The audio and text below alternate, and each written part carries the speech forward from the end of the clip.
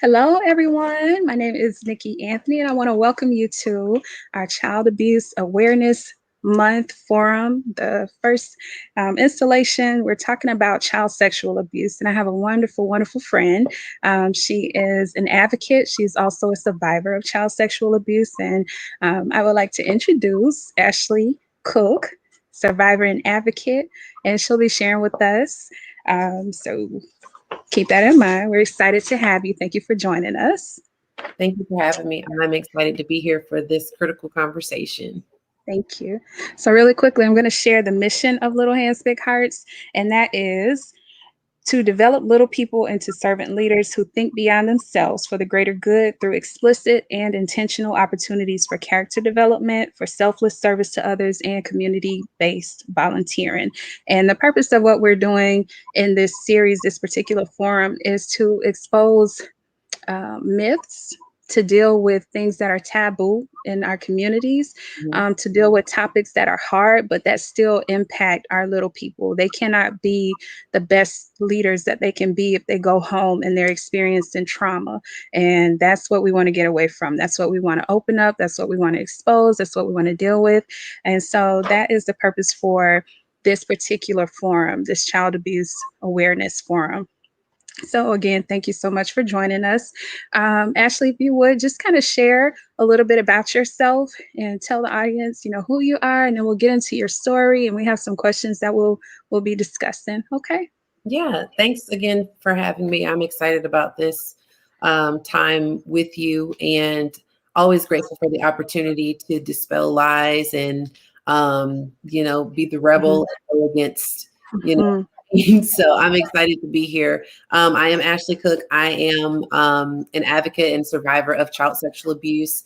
Recently, I launched a consulting company called Faith to Confront. In our mission statement, we're a consulting agency that helps ministry leaders and churches prevent child sexual abuse and also create a safe space for abuse survivors to heal. So I'm excited to navigate through that space.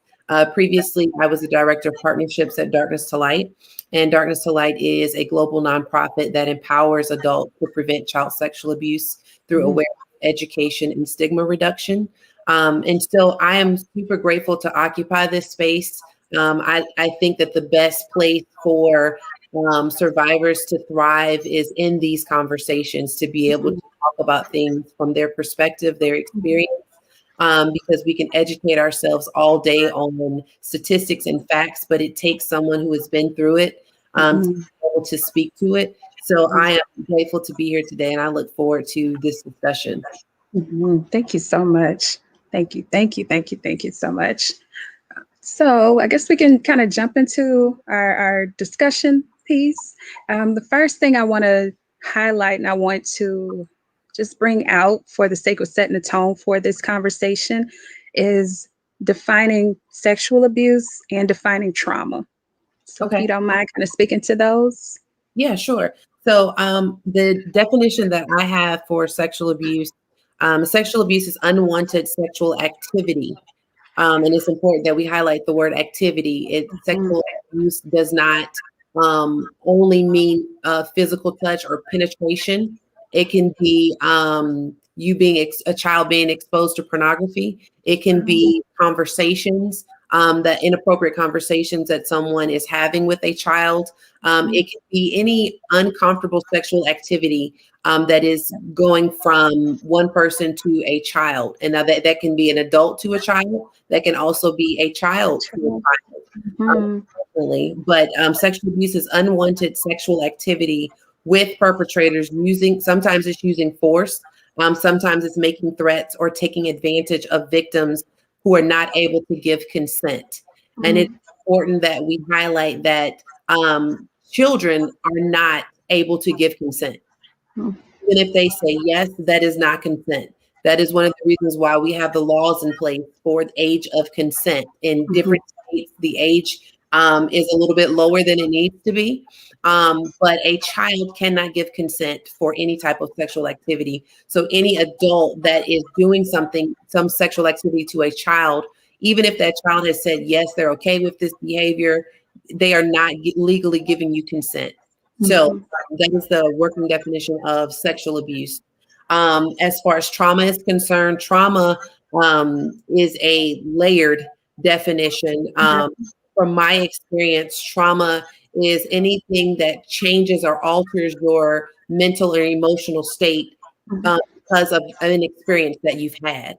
So, going through foster care, being removed from your biological family, going through the experience of being adopted, any type of physical abuse that you've experienced, those are things that leave an impression on you that you have to work through.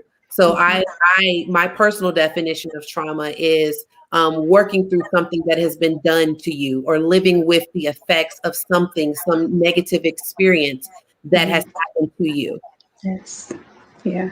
So mine, I've had to define it for my own life. And for me, it was a break in my sense of normalcy. So what was normal and what was routine for me, there was a break in what was that break for me? It was, and we've all experienced them. You can have things that are done to you. Natural disasters can be traumatic. It runs, the gamut. But for me, it was the death of my mom early on, and then they're just different things that we experience. We go through. Child sexual abuse is traumatic. It is a trauma, and just like she said, I want to highlight, it's not just intercourse, it is activities. So if you know that there's a child in your life that is being exposed to any kind of activity, against their will, even if they have given quote unquote consent, they're not old enough to give consent. That is child sexual abuse, and it needs to be addressed. So thank you so much for bringing that point out.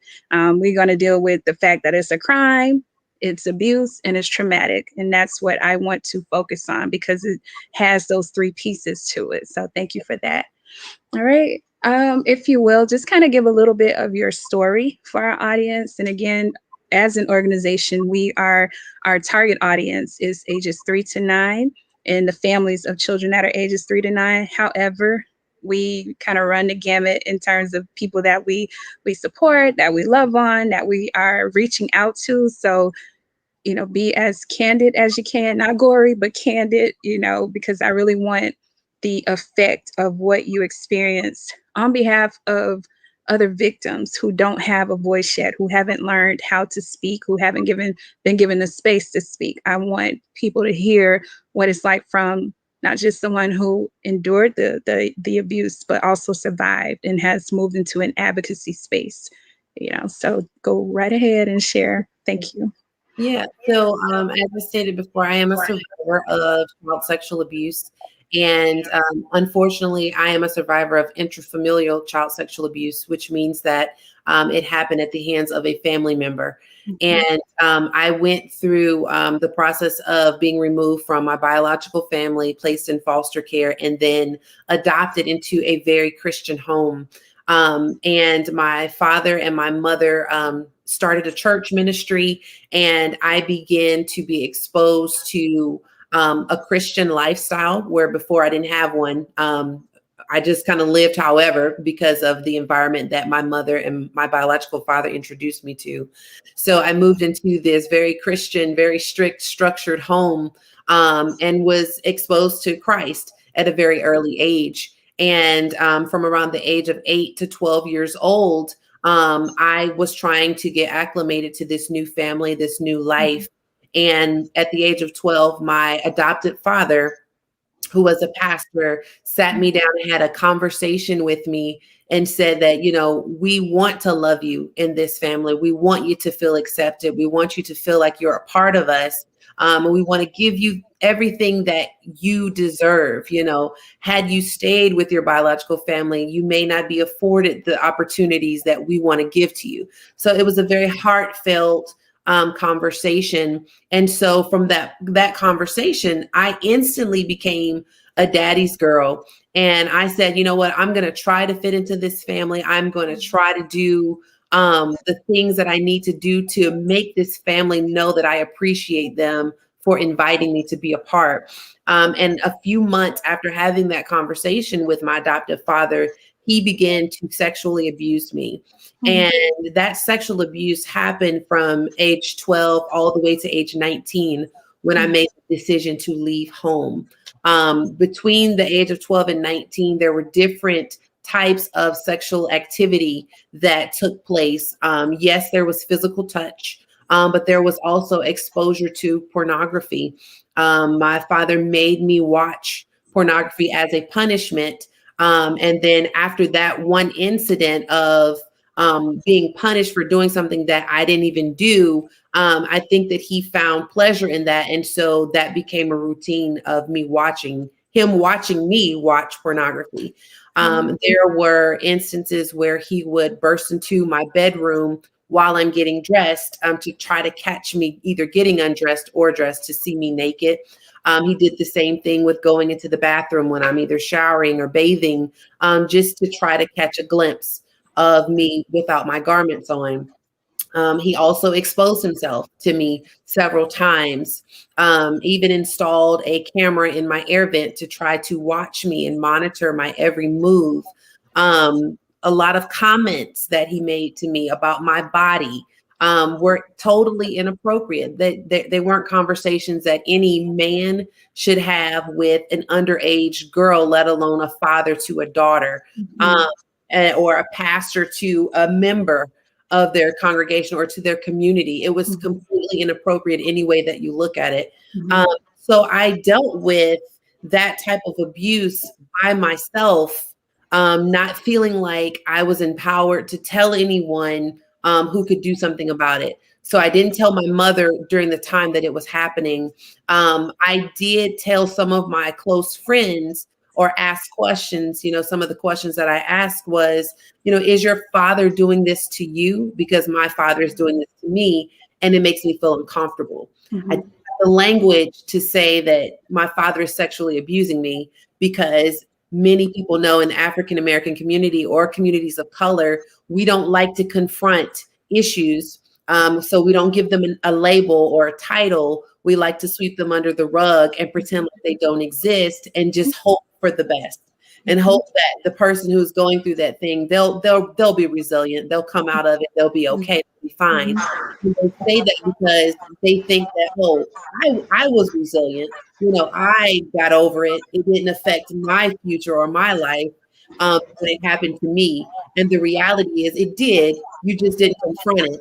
And so you lived your life in this shell because you haven't something, and you're in your 60s and your 70s, and you are still stuck in a space because you haven't confronted something that you need to confront. So you want me to do the same thing as the next generation. And that is something that I'm just not going to sign up for. So I made the decision that I was going to advocate for myself. And when I chose to advocate for myself, it wasn't until I was 30 years old.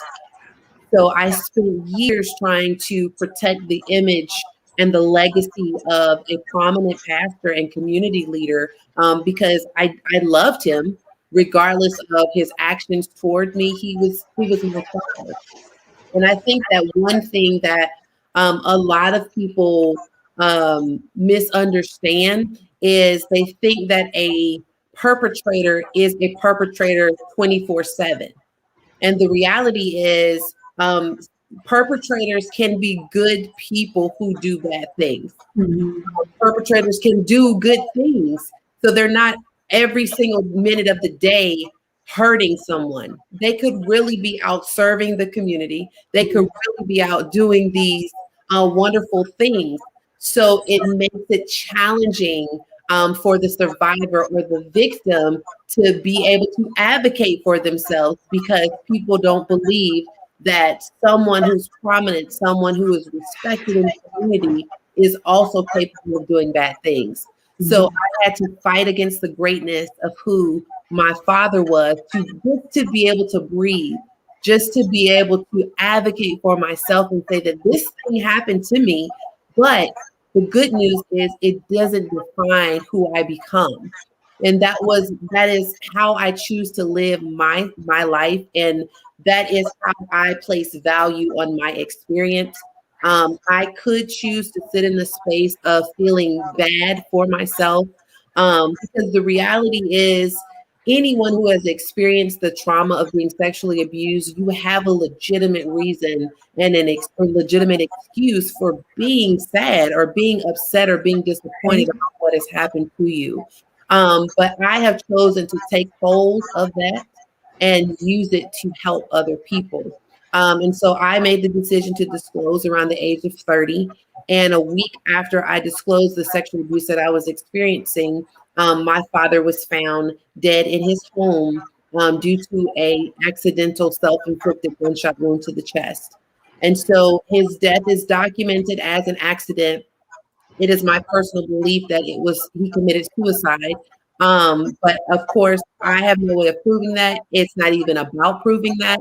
The reality, the whole purpose of me disclosing was to let people know that you still are eligible for a good life even after an awful experience. That is so good. That is the very condensed version of my experience, but it's always an honor to be able to share my experience and my testimony with other people. Wow. So I heard two things. The first thing, you were fighting stigma and you were fighting reputation, Yes. and that I would imagine is very difficult, especially, because it's always the burden of proof is always placed on the victim. You have to prove that someone did something to you. They're innocent until you prove that they did, never mind behavioral changes, never mind, maybe slips and grades, never mind, just your interactions changing with people, all the different signs that lead to and point to sexual abuse, never mind all of that.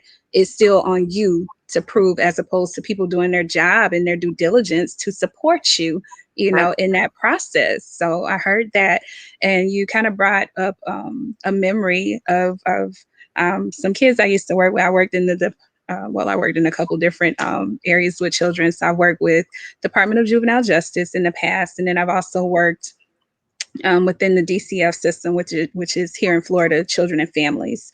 Okay. So I've worked with children who were wards of the state. They stayed in a group home, and I've heard horror stories, basically. And one of those, I won't disclose the exact information, but basically seeing that there are people who prey on children that are in the system already, that Yeah. they intentionally go into the system. They want to be foster parents. They want to adopt. They want all of this, but for the purposes of hurting children, for the purposes of bringing them into their home, building trust and all of that, and hurting them. Do you have any, I don't know, anything you want to share about that? Do you think that's maybe, what that was the purpose of your father? It's I can't say that the thought hasn't crossed my mind. And so I think for me, because of course I don't have any type of way of knowing that, whether or not the intentions of my adoptive family were pure at the beginning.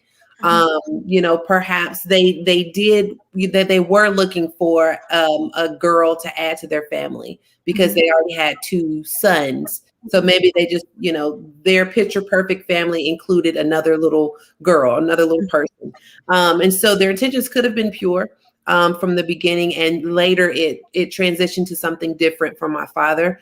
But in my experience, I have learned that a lot of perpetrators will do so many good things to cover their character flaws, and to cover who they really are secretly.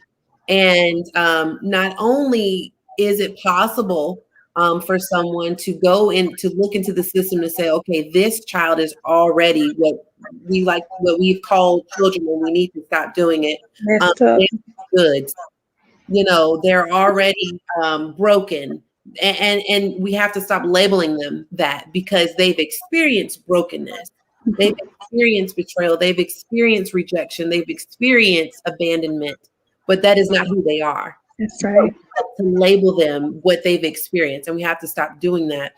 So maybe they found someone who has already experienced abandonment, and one of the ways that I can invite you or make you feel welcome is by opening my home to you, opening my life up to you, exposing you to a lifestyle that you didn't have otherwise.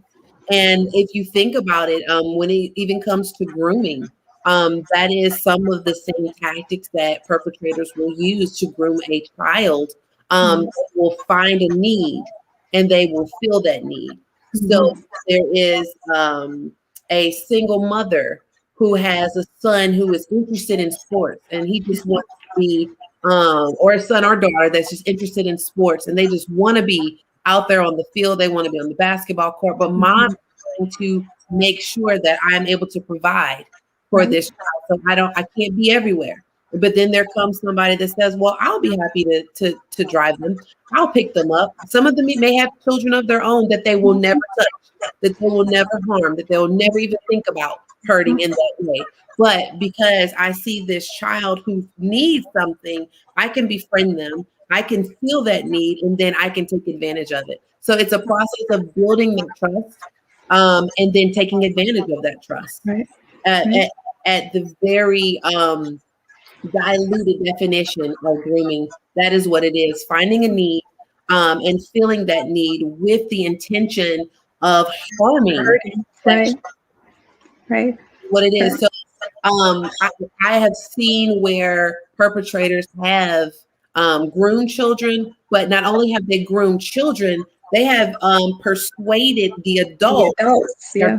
people, Yep. because they do all this great stuff in the community. One of the things that I recently found out concerning my father was that he served on the board for the state that we lived in, the social services department. He served on the board. So not Wow. only did you take me from a broken situation and saw that I had already experienced all this damage, but then to create this illusion that you don't harm children, you get on the board of directors for the Department of Social Services for that state. So Oh, you make it even tougher for people to believe that you can do something bad because you right. create such a marvelous image of Yeah. who you are in the community. So Right. I found that with grooming is just not to entice the child or to build trust in the child. It is also to create this illusion with Yeah. adults in their lives to say that the child is not telling the truth. There's no way that I could be doing this. I'm such a great person in the community. Mhm. I do that. I volunteer to help you with your Mhm. child, to get them to practice, to get them to their recital, to get them to their event. So I'm a good person. So you can't look at me as a perpetrator because I've created this image that your child trusts me, and then you trust me as well. So Right. uh, grooming it goes beyond the child. Um, Mhm. it is a process of um, changing the mind of the adults in that child's life as well. Right. Ooh, thank you. Yeah, And that was grooming is something that I really wanted her to hit on during this conversation, just because that's where it starts. You are dealing with it's almost narcissistic, like creating just this illusion. It's an illusion, this image that reputation that says like I'm definitely not this person when it comes out that I am this person. yeah, Um, and so I just wanted her to hit on that because I've seen it. I've seen it happen. I've had to call it in. As an educator, I am a mandated reporter in the state of yeah, Florida. If you work with any children in any capacity, you are a mandated reporter and you have to know the rules for your particular state. But I would just encourage you to not be afraid. If it's not founded, it's not founded. But when it comes to the life of a child, I would sooner err on the side of caution than to not say anything else and not to say anything at all. And something happens, something comes of, that feeling that I had, those signs that I thought I saw, just wasn't sure or whatever.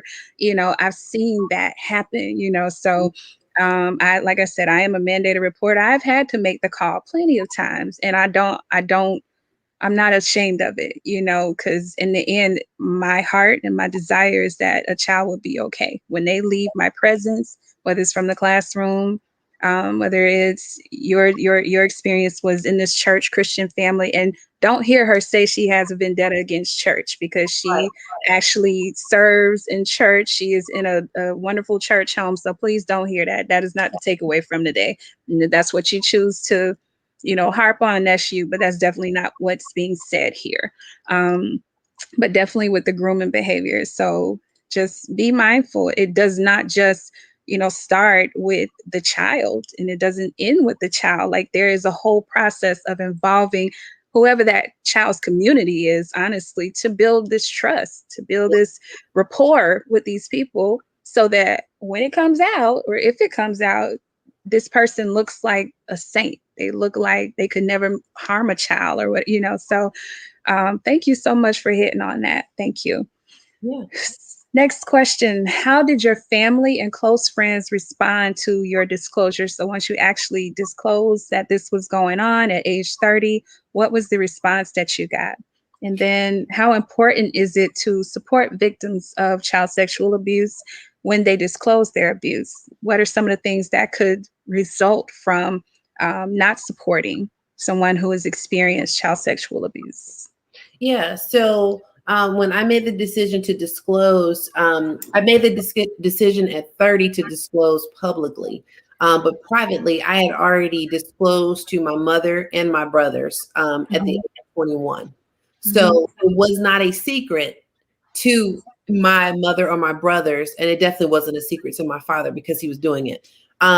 So when I made the decision to disclose publicly, I never even said his name. I didn't insinuate who it was that caused the harm, because at that point I had begun to do the healing work. I had been in therapy. And so the whole purpose of me disclosing was to give hope to people. It wasn't about pointing the finger at anyone. So when my father died, the people tied my disclosure to his death. And I received a lot of blame for his death. Even if it was documented as an accident, there were so many people that hated me because they felt like I should have never said anything. I should have continued to live in the secrecy of this thing, this awful experience. And so my mother no longer communicates with me. My brothers no longer communicate with me. My father passed away in 2015. And I have not had a conversation with any of them since the funeral service.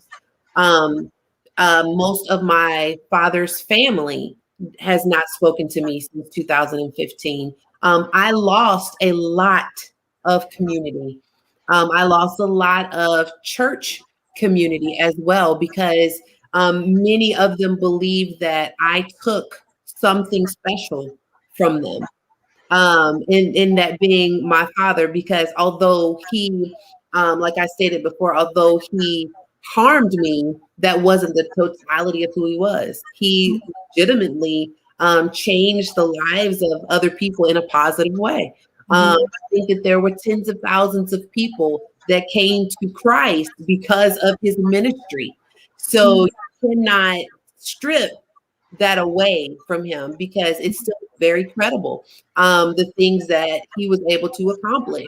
Now, whether or not that was, again, to create a facade, or if he genuinely was pastoring well, so I don't know how to unpack that. I don't even try to unpack it, because it's not for me to unpack. That is something that he will have to work out with our maker. So for me, I feel like I lost 95 to 98% of the people that said that they loved me. And so I already felt alone, because I have this unique experience that nobody else in my family seems to have. Or it's not that they don't have the experience, they won't talk about it. They won't expose that it happened to them. And so I'm feeling like I'm the only one that has this experience. I already don't have the support of my family. And I will say there are a few people in my family that have stuck with me from day one. And they are still my rocks. They are still my community. That's my aunt and my uncles, and a cousin. It's literally like 5 people, 5 family members that have been rocking with me since, and have not left my side, and I don't think that they ever will. As I continue to pursue this advocacy journey, they've been right there and supportive. So I lost a lot of community. And I think that it's important that survivors or victims are aware of the potential backlash that you can receive. And it is not to scare you, it's not to intimidate you or persuade you to not do it or to not disclose. It is to prepare you and to make sure that you do have community, supportive community around you when you make this decision to publicly disclose should you choose to do that. Because it is challenging to navigate through this healing journey by yourself. Right. But to be prepared for people who said that they love you to walk away from you. I had to ask myself the question after 10 years of wrestling with this decision and trying to deal with it privately. I had to make the decision, and the question that came to mind, the question that I had to ask myself was, will I survive without my family? And if I can survive without my family, will I be okay with it? Mhm. And so when I answered those 2 questions and I said, yes, I will be okay if I don't have my family, and I can learn to live with it. You know, and so when I made when I answered those questions, I felt peace. And I said, because I would much rather be at peace with myself and be at peace with knowing that I'm doing the right thing than Right. trying to be a peacekeeper amongst a family that doesn't even care about me in any way. Mhm. So I made that decision that I'm going to disclose. I'm going to do what's best for me. And so what I would always advise any survivor or victim is to make sure you surround yourself with community that is tested, that you know for a fact they will not leave you, that they will be there for you and help you through this process. It's important that the question that you also asked was, how important is it for family and friends and community to be there for that survivor?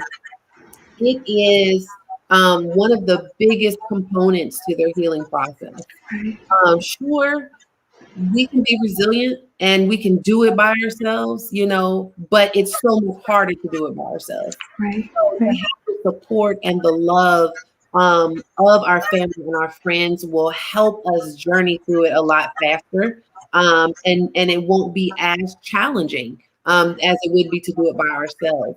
And if you don't know what support looks like, if you're that family member where you're just like, I don't even know where to begin with this. It's never happened to me. I don't know where to start. The best thing that you can do is ask them, how can I support you through this journey? Mhm. Automatically assume that, you know, they're going to, don't say things like, call me anytime. We can talk about this. We can do whatever. No, find out what it is that they need, because they may not be in a place where they even want to talk about it. Right. They may need you to be a healthy distraction. Whenever they're having a moment or they're triggered by something and they call you crying, you may need to be a happy place for them. You may need to help them redirect their focus in that moment just so they can breathe, just so they can get out of that space temporarily and then in a healthier space to be able to confront it. So you being a supportive person means you ask them, how can I support you? I don't give advice on how, some specific advice on how family and friends can support victims. I always tell them to go to that person and ask them specifically, how can I support you through this journey? What can I do to help you heal? Right. That is so good. I know when a couple years ago, I was diagnosed with PTSD. We're just being real. Mhm. So now y'all know my business. But I was diagnosed with PTSD about 3 years ago, this month, 3 years ago. And one of the biggest things that I needed from my support system, from my circle, was just to be there. When I started therapy, when I started counseling, I just wanted someone to go sit with me, because it was scary for me to go sit and share stuff that I had never shared before, Yeah. and just having someone that can sit. You don't have to have an answer. Like I remember telling people so often during 2018, I don't need you to have an answer. I just want you to sit with me while I don't have an answer, while I'm trying to think this through, while I'm trying to make this make sense, while I'm trying to navigate this trauma. I just want someone who doesn't mind sitting with me. If I cry and you feel the need to cry, cry with me. Someone who, you don't have to have an answer. And sometimes, as victims, of things that we go of circumstance, of things that we go through, our experiences, we don't need you to have an answer. Sometimes the worst thing you can do is just begin speaking on someone's situation and you don't really have the right thing to say. Yeah. So thank you so much for highlighting the importance of community. I heard you, as you were sharing, you talked about the family and them blaming you, this whole victim blaming, victim shaming thing. Like, what? That's hard. I mean, we know that it happens, but that's a hard thing to wrap my mind around, because it seems as though, people place more value on the perpetrator and the reputation of the perpetrator than they do on the act that Yeah. was committed, on the crime. We're going to call it what it is, on the crime that was committed. So to me, it would seem that that community, that 95 to 98% of people, they didn't associate what he did with you or to you as a crime.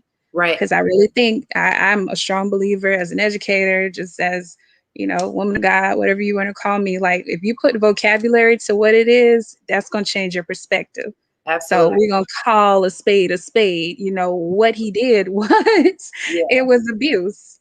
It was abuse under the law. It was abuse. You experienced trauma. If we put those words on there, to me, somebody should have a change of thought, a change of pace. Like, okay, wait, we looking at the wrong person here. So I applaud your resilience. I applaud your strength. Thank God for your strength and for you having the willingness to stand up and stand out, and share your story. So thank you for that. I really appreciate that. Yeah. Let's see. Describe some of the thoughts, feelings, emotions that you experienced as a result of the sexual abuse that you endured. Yes. So some of the things that I experienced was, of course, being lonely, feeling like I was the only one that was experiencing this. So I felt very isolated, alone, and I felt disheartened, very confused because the abuse was happening at the hands of someone who said that they loved me and cared about me, and so I couldn't figure it out. If you say that you love me, how are you also harming me? So it was just a very confusing time. And then you're also teaching me about Christ.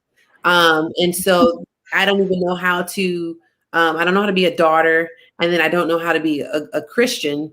Christian. You're the one that's teaching me about God, and it's all confusing. So a good portion of my teenage years was just as if teenagers aren't already confused. And I have a 16-year-old going on 17. So it's a season of confusion, to figure things out. Mhm. So having to go through the normal teenage drama and trauma, and self-discovery and things like that, I had an additional layer of confusion because I did not know who I was. I didn't know what to do. I didn't know who I could trust. I didn't have a label for this thing that was happening to me. So I couldn't even voice it. I couldn't even articulate what was happening to me. Couldn't describe it. Um, Mhm. so it was very lonely. And I am a very social person. Mhm. As an adult, I always say that I'm the life of the party. I've never met a stranger. I get along with anyone. Mhm. Um, and I think that during my 12 to 19, those teenage years, um, I used my personality as an outlet, as a way to kind of hide what was Right. going on. So it was very weird space for me, but loneliness was the biggest thing that I felt, because I felt like there was nobody else going through it. I felt like I could not go to anyone to describe what was happening to me. And then I felt like nobody would do anything to change it.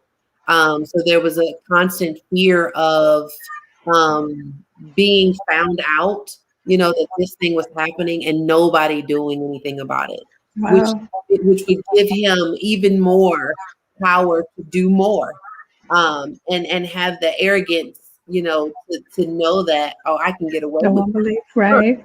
now. I've been doing this secretly, but now that I know that nobody's going to do anything about it, oh, I can take it to the next level, or I can try to harm someone else, and see if I can get away with that.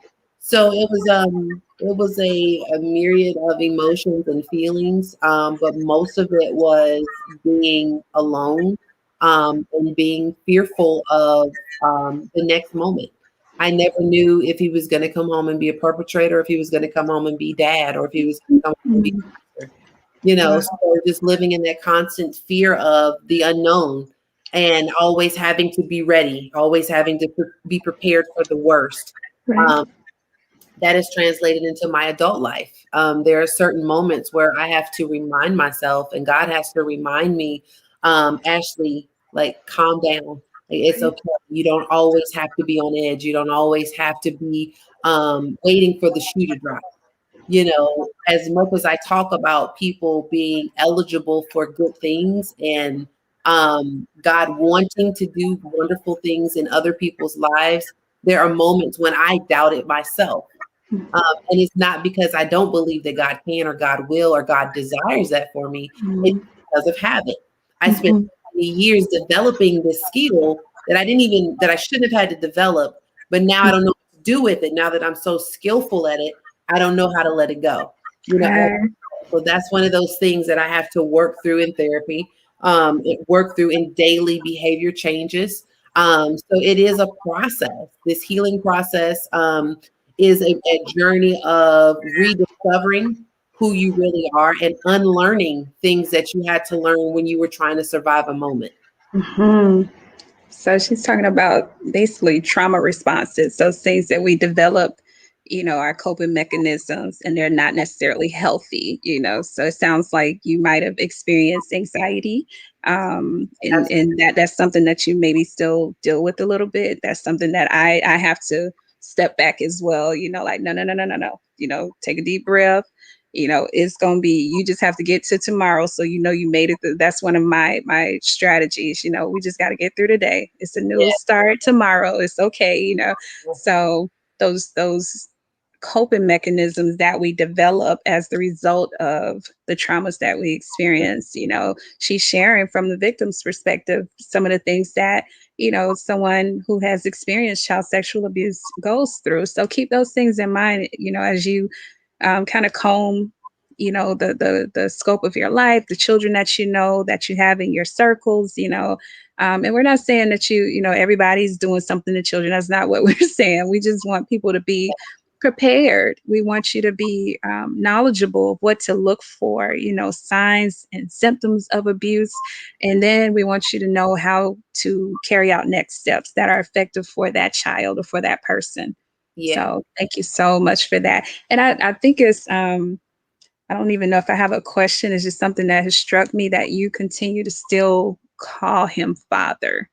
Mhm. Does that I don't that's is different for me. So I don't even know if I have a right frame question to ask. It just struck me like, wow, you still call them mom, your adoptive mom, your Yeah. brothers, and they've disowned you. Like, wow. I think it's a matter of perspective for Mhm, me, mhm, um, because honestly, a lot of people have trouble really reconciling that, mhm, and even reconciling the fact that I still say that I love them and that I care about them, even if it's not reciprocated. Um, right.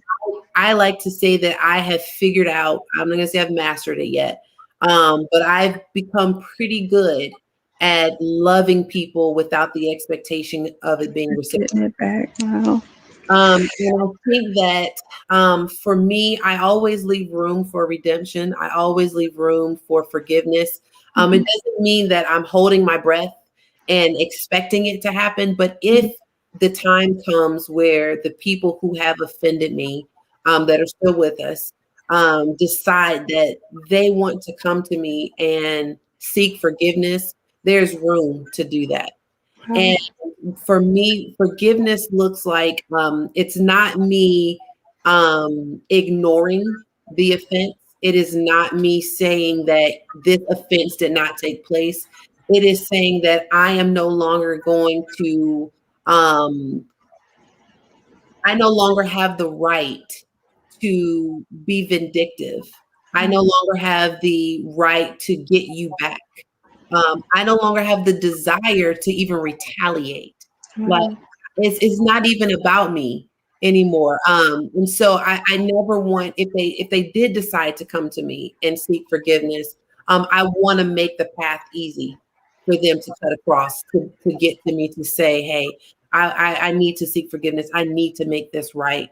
And so by continuing to identify them as who they have always been to me, I think it makes it easier for that process to happen because again, my desire has always been for restoration. My Mhm. desire has always been that even my enemies, even the people who have legitimately done me wrong, that Mhm. they would have an encounter, that they would have an experience with God that turns them toward Him.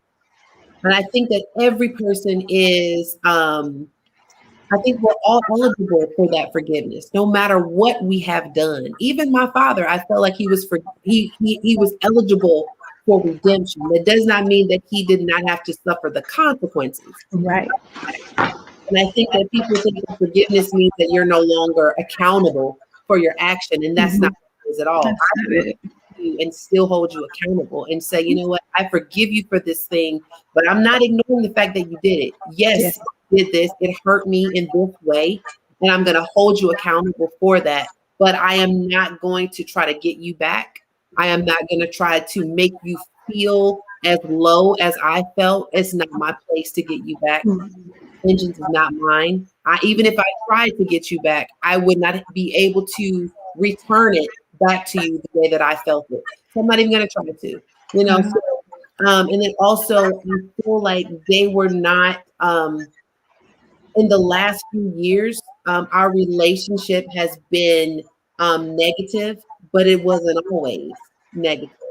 So for the majority of my life with my mother and my brothers, they were my brothers. They were there. Mhm. They were in my life. They were consistent. You know, my youngest brother was my best friend growing up. I felt like there was nothing that we could not talk about, nothing that we couldn't do together. We were practically the same age. Even though I was adopted into that family, we were in the same grade. We went to the same schools, had the same set of friends. And so that was my best friend growing up. And so I choose to continue to see them in that light, even if they don't see me as a daughter, even if they don't see me as a sister anymore. That's their choice. That's their decision. I am going to still leave room for that redemption to take place. So I continue to use or identify them as what I see them as because I want to make it easy for them to come back for restoration if they choose to do that. Wow. Whew. That takes a lot of hard work. That's heart, deep heart work. It That's a lot of digging and unpacking and ooh, ooh, ooh, ooh, ooh. Okay. That's a lot. I'm almost in tears because I know that that deep work is not that's not easy, especially when you have to go it alone.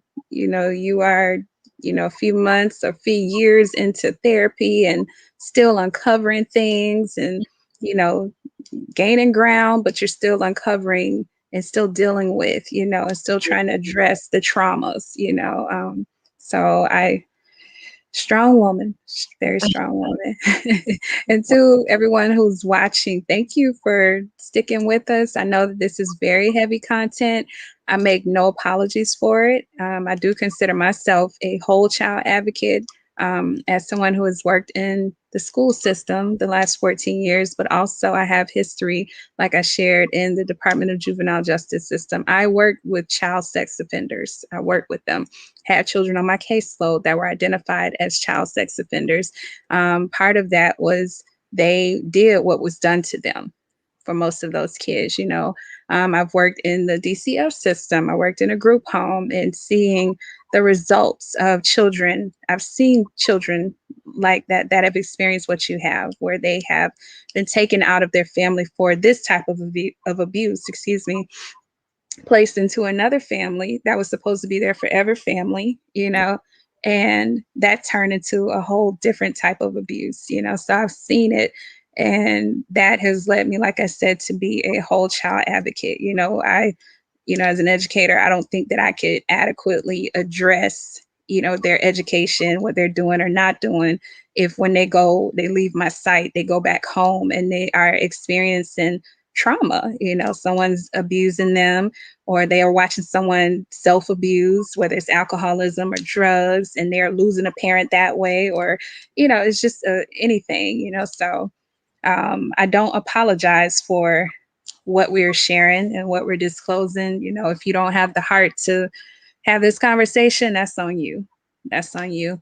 Yeah. And it's a So tough, to be fair, it's a tough thing to talk about for so many reasons. And of course, one of the reasons we address at the beginning is because we don't have experience talking about it, right. especially in our communities of color. It is just not a safe space, has never been available to us. Mhm. Think about your childhood. Most of us grew up in this do what I say household. Like, children were not allowed to have feelings. They were not allowed to have opinions. They were not allowed to have boundaries at all. No, you're not locking no door in my house. You know, what you closing that door for? I need to know what's going on. So there was I no pay these bills. So your parents taught you, they told you how you felt. They told you, what you were going to do. They told you what you thought. You didn't have the freedom or the liberty to think for yourselves. And so I think that my generation and the generation that I'm raising, with my daughter, is I have created that safe space to Right. say, you can actually talk to me about anything that you want to talk about. If you are confused by the way that I'm parenting you, I give you the space to come and talk to me about it with respect. You can talk to me about anything, because I don't get the parenting thing right 100% of the time. And I think that some parents are scared to admit, I made a mistake. I didn't do this right. I should not have spoken to you that way. I should Right. not have the punishment did not fit the crime. But sometimes we go to the extreme. Sometimes we say things that we shouldn't say to our children, but because we are prideful individuals, we refuse to go to our children and say, I'm sorry. I should not have said this to you. I should not have spoken to you this way. I love you. I value you, not only because you are my child, but because you are a human and you deserve the decency and the respect of being spoken to with respect. And so I've allowed my child to grow up in a space, and at a very early age, allow her to express her feelings, to tell me how she is feeling, because it is important for her to develop boundaries. It's important for her to develop her own boundaries so that people can actually respect them. What we do when we tell children that their voice does not matter or that their opinion does not matter, we're telling them that they can't establish boundaries at all. And Right. we're ignoring or we're not helping them create healthy boundaries. So when they do become of age, they don't know how to set appropriate boundaries because we have told them how they're supposed to feel at all times. We've told them what they're supposed to think at all times. So we're raising children who don't know how to set boundaries when they are teenagers and adults. Oh, that is good. I'm all for boundaries. So you speaking Yeah. my language. You are definitely speaking my language. And you just spark another question. How important are boundaries now, particularly relating to this conversation of child sexual abuse? If you set the boundaries or teach them how to set boundaries, they'll know what doesn't feel right to them. You Yeah. know, you give them autonomy where their body and their space, their personal space is concerned, forcing a child to hug auntie such and such or Yeah. uncle such and such, to sit on such and such's lap and no, no. And I Yeah. think children they have such a like just a discerning kind of spirit. Like I don't know very many little people. I call them little people that, if they don't like you, they just don't like you. When they love you hard, So actually just using that and allowing children to set their boundaries based on what they feel comfortable with, you Yeah. know, helping them to learn who's a safe adult versus everyone else. And it's not that you're calling anyone unsafe, but you're saying these I know that you can trust, watch me engage with them as your parent.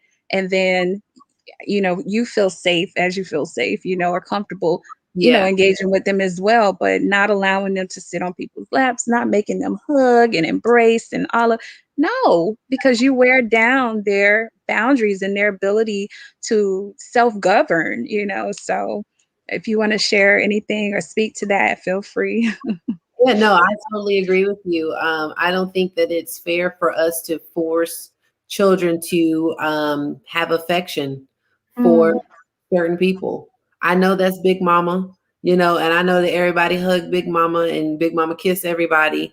But if my child is not comfortable receiving that, it may not. It's probably not because she's an offender or right, that she's going to harm her. It may be because my child has not discovered or figured out that that she's comfortable with someone hugging her or touching her body, even if it is in a healthy way to give an embrace.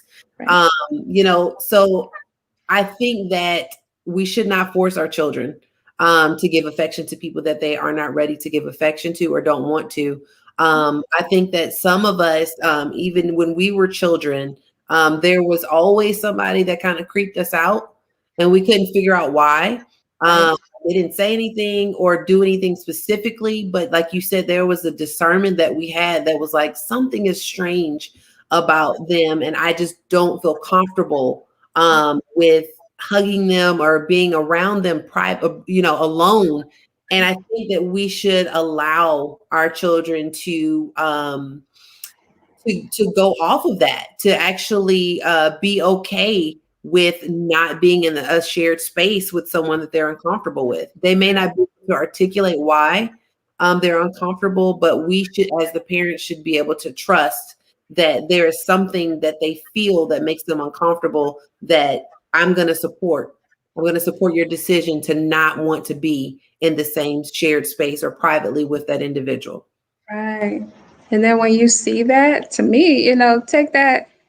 It's not always just like she said, and what I said earlier, that the person is an offender. But if you see that quite often when your child or children are around this adult and it doesn't look like anyone feels comfortable, any little person, like, okay, something should be jumping off, Yeah. let that be a little bit of a litmus test or something, that, okay. And then don't force them, you are, as a parent, you are the voice for that child. A lot of people want to overstep their bounds with children, you Mhm. know, oh, it's okay. No, I know your mom. Your mom knows me, No, Yeah, but I you, like yeah, that's the yeah, relationship that you have with my mom. right, I don't know you, and right. I don't know you well enough to be embracing with you or going somewhere with you. That's the relationship you have with my mom, not with me. Right.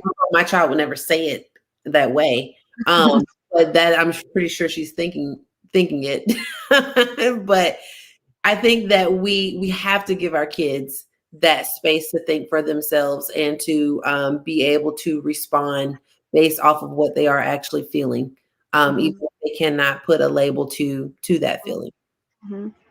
I just wanted to hit on you as the parent are their voice. So when people begin to push themselves on your child, you speak up. I'm sorry, no, she doesn't feel comfortable. Please don't do that. Yeah, You set the boundaries. They've already tried, and someone is overstepping their boundaries and their autonomy. So then you kick in, you step yeah. up and say, she already told you she doesn't. He already said that he doesn't feel comfortable, that he does not want to do that, and he's not going to do that.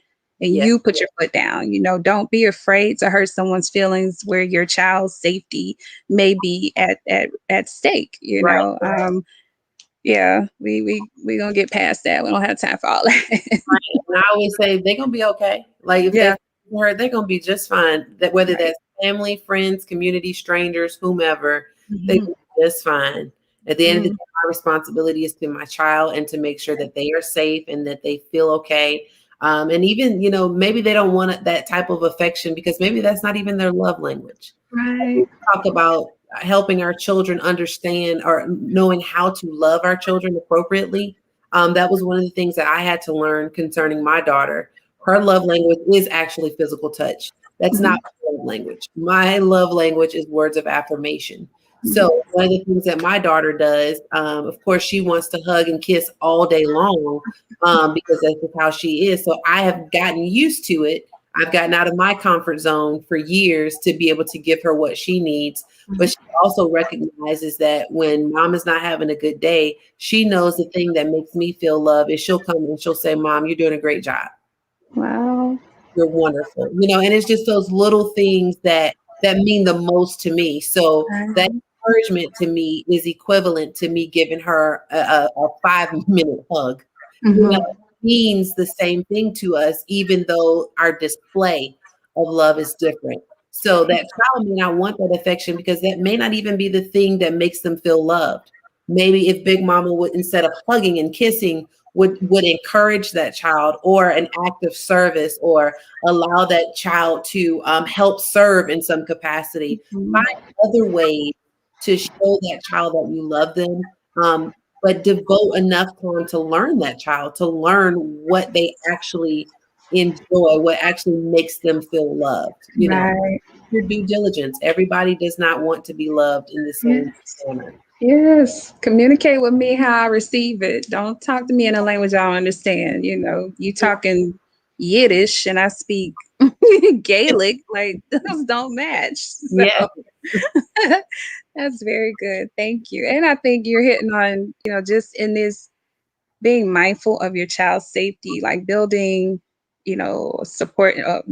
establishing boundaries, just building like emotional intelligence, like them learning, how to interact with people appropriate, communication skills, how to talk to you, knowing that, you as the parent, you're my outlet. I can share anything, I might not be able to tell you right now, but I know that I can come to you and tell you that I just don't feel comfortable with them. I don't know why. I Yeah. just know that I don't, and y'all working through that and unpacking that together. So that's really good. These conversations definitely do need to happen. Do you think that there's a certain age that parents can start having certain conversations about child sexual abuse or about it doesn't even have to be specifically abuse, but leaning into this type of conversation? Do you have any recommendations or anything like that?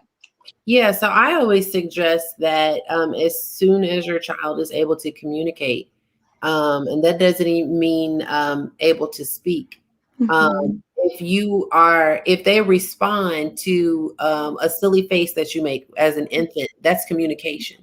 Right, As soon as they are able to communicate, I would begin teaching the importance of boundaries. right. And just in every day, like make it a part of your everyday. It's not like, as teenagers, our parents wanted to give us, sit us down, have the birds and the bees conversation, Mhm, mhm. because we like to label things different than what they really are. No, let's talk about sex. That's what we're Mhm. talking about. So naming the appropriate parts of your body, the Mhm, correct anatomy. This is your penis. This is your vagina. mhm, These are your breasts. This is your buttocks. Like the appropriate name, so that it becomes normal. That it's mhm. not something that we laugh about. When we go to first grade, my teacher said penis. Like, no, we say penis in our house because that's Mhm. what the body part that I have as a Right. boy. So giving them the appropriate names for their body parts, talking to them. There are so many books available at all ages for you to Right. begin reading to your child to teach them the importance of boundaries. Boundaries. Um, there is a resource. There's two organizations that I always refer. Of course, one is Darkness to Light, and that is for adults to know what to do, so you know how to react responsibly to child sexual abuse. If you see it, you know how to respond to it. You'll know how to report it. You'll know how to comfort that child. You know how to receive the disclosure. Then you also know how to prevent it in your community. So Darkness to Light is an excellent organization for parents and adults. There is a foundation in Florida called the Monique Burr Foundation. Mhm. And they are an excellent resource, and they help equip children with the tools that they need to know how to set boundaries, but not just when it comes to sexual abuse, but they also teach about bullying, cyberbullying, and so many different things that children need to be equipped with. And so if you start having these conversations with your children as soon as they're able to communicate, it doesn't seem far-fetched or weird when they are 9, 10 years old and they're experiencing something. They're able to put a language to it to say, hey, my teacher or my counselor or my coach or somebody touched my penis. And it doesn't, they don't feel weird saying it Right. because I have the appropriate language. I have the appropriate labels for what has happened because mommy and daddy, or my guardians or whomever is raising me has given me, equipped me with the appropriate language to be able to describe what's going on. So as soon as they come out the womb, as Right. soon as whenever you meet them, because I realize that some families are joined through adoption, and all of that. So whenever the two of you all meet for the first time, I would begin there and having these conversations just in your everyday communication, and it doesn't have to Wow. be weird. Right. And so this, starting with boundaries, I feel like that's a lead up to that next level of conversation. Like it's steps, it's levels to this, you know. So you don't just jump, jump into, did they abuse you? No, Right. as you give language to, this is what your boundaries are, and learning, teaching them how to enforce those boundaries. I want to highlight my cousin. She is excellent, excellent, excellent with helping her children to establish boundaries. She has a little guy, he's one, and he knows how to tell you when he's all done. He'll say, all done. He knows a little bit of sign language, all done. And that's his boundaries. And when he says no, he means no. Yeah. Mm-mm. And we respect that, when he, we say, come on, give me a hug. No. No. Okay, fine.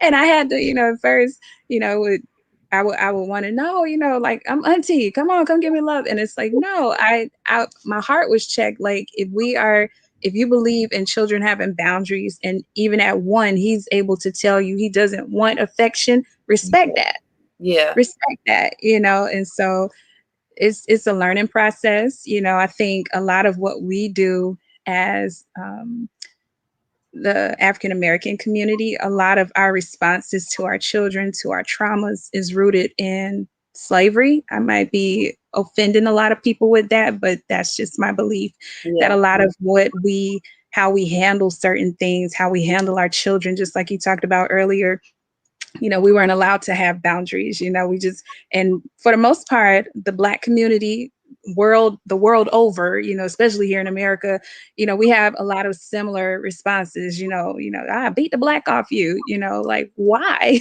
Yeah. Why? Just like you said, punishment not necessarily fitting a crime, so, and the fact that it's punishment, like, we are more punitive, with our children and handling our children, Yeah. as opposed to, restorative. Yeah. Yes.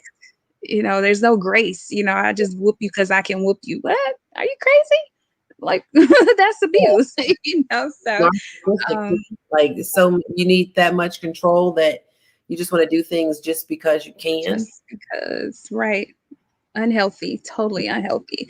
So, yeah, just those boundaries are so important. I'm not gonna be late because girl, I could keep talking and I don't want to do that, but We can I always feel like we've hit on all the questions, just at some point in some degree, that we could hit on. Um, I do want people to know how they can find you if they would like to have you come share. If you have any events that you are hosting or anything, if you want to go ahead and share that information, how people can get in contact with you, that would be great. Yeah, so I am Advocate Ashley on every platform, every social media platform. You can find me that way. My website is advocateashley.com.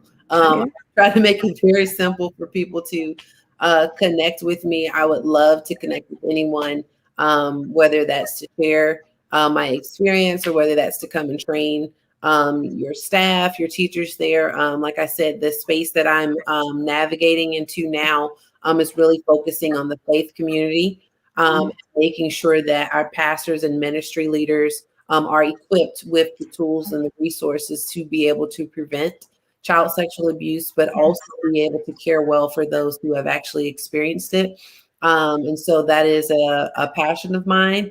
And that I believe is the ministry that I'm called to do.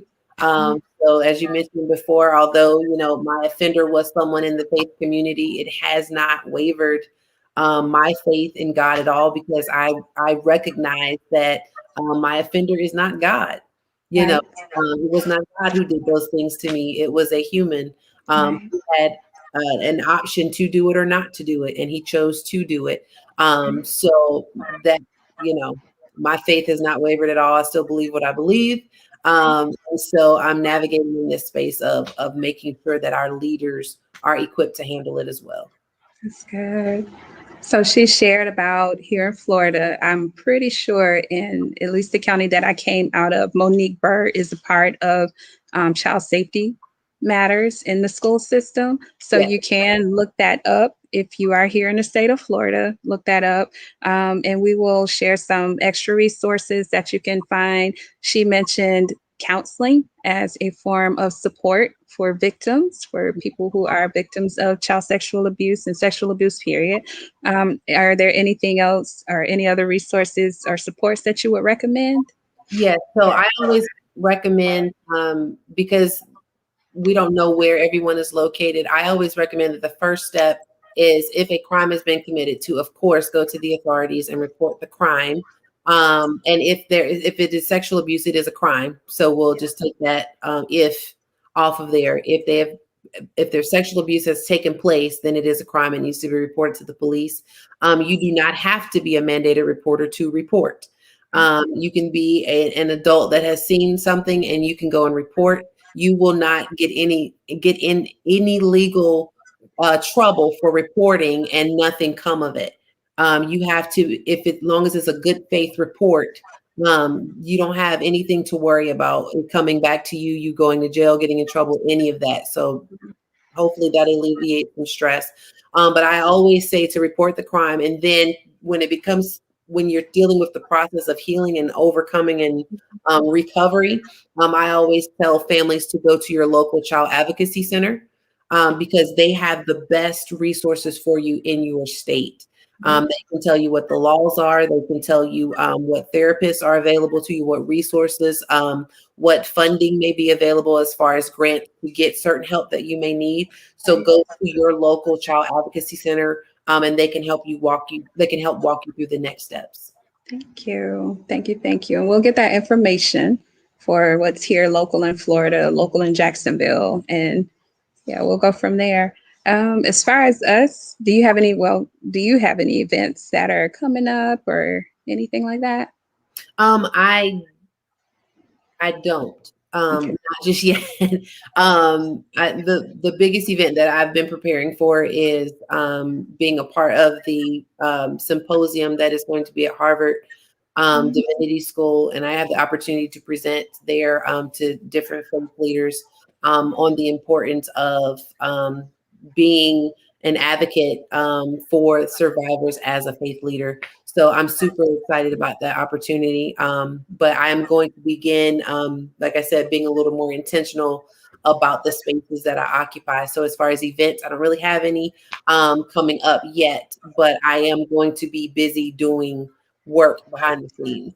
Gotcha. Gotcha. And we are rooting for you. You go stand before those Harvard professors and whoever else, and you do your thing. That's awesome. So as far as our organization, to our community, our audience. You can join us next month, April, or sorry, this month, April, and we will be beginning a strong building stronger children, building stronger families series. And a lot of the topics that we shared are a lot of the concerns and issues that we talked about here. Talked about resilience, we talked about abuse, we talked about boundaries, we talked about child rearing and parenting, we talked about a lot of things on today. And so a lot of that will be covered over the scope of this upcoming series, and we just invite you to join us. It's going to be good. Again, we're dealing with stigma. We're trying to dispel stigma that's attached to a lot of the issues that parents face, that children face, that families face. I believe it was Frederick Douglass that said it's easier to deal with a broken child than it is to deal with repair a broken adult, a broken man. So we want to deal with the child, and we can't really deal with the child if we don't deal with the family. So that's my heart with this series, to deal with the children by dealing with the families that they go back into, for families to have resources, for them to have information, for them to be able to start conversations and have discussions that are open but that are safe, for that child or for the children that they're rearing, right? So Yeah. that is what we have going on. I'm excited about it. I just want to say thank you so much for your honesty. Thank you for joining us and choosing to share your story with us. If there's any way that we can support you in the future, please keep me posted, and we'll go from there. Make sure that you all follow her, Advocate Ashley, on Instagram. I would imagine on Twitter, on Facebook. AdvocateAshley.com is her website. So make sure that you follow her, that you check up on her website to see what she has going on in the future. And we wish you well with Harvard and all of that. Thank And if there's nothing else, you have anything else that you want to share? I appreciate the opportunity. I'm always humbled and grateful to be invited to these spaces. So thank you for having me. And I appreciate the work that you are doing to make sure that we are having these conversations. Yes, thank you. Thank you for your encouragement. So, without any further ado, we are done. And go back, take this information to those that are in your circle and start, having conversations. They may be uncomfortable, but one thing about certain topics, if you talk about it enough, you get a little more comfortable dealing with it. So, don't be afraid. Don't be afraid. There is a child that depends on you being strong enough and tough enough to face something that is a hard topic. So don't be afraid. And thank you all for joining us. Y'all have a wonderful, wonderful, wonderful, wonderful evening. All right. Bye.